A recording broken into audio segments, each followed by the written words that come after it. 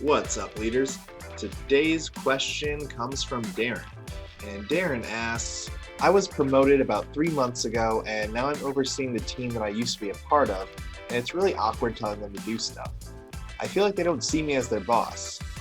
How do I get them to treat me like their supervisor without coming off as a the age-old question of how to draw the line between friend and boss? This is a really fantastic question. Thank you so much for asking it, Darren.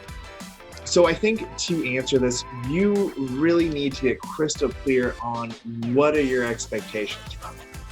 How do you want them to treat you differently? Do you want them to communicate with you less? Do you want them to feel uncomfortable when they address you? Do you want them to walk on eggshells when they're around you?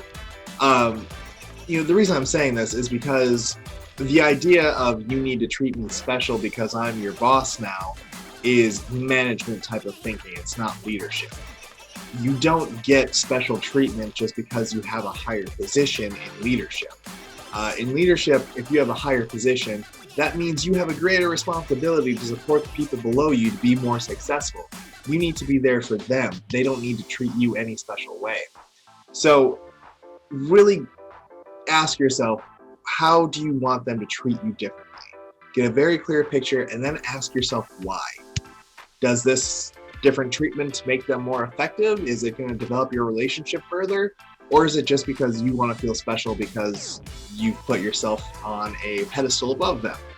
I'm not saying this to be rude, but this is very much a management question. And if this is the way you see your team, and if this is where your mindset's at, this is definitely going to lead you down to the management route with all the problems that come along with it.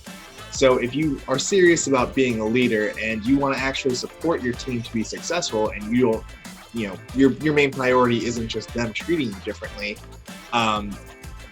talk to them about what behaviors you're having an issue with and say, hey, I really don't appreciate it when you guys do this because of this reason. Or, hey, I would really love it if you guys stop doing this because of this reason. If you have a genuine concern that has a valid reason, they'll understand that. They'll say, oh, okay, we didn't know. We'll make changes.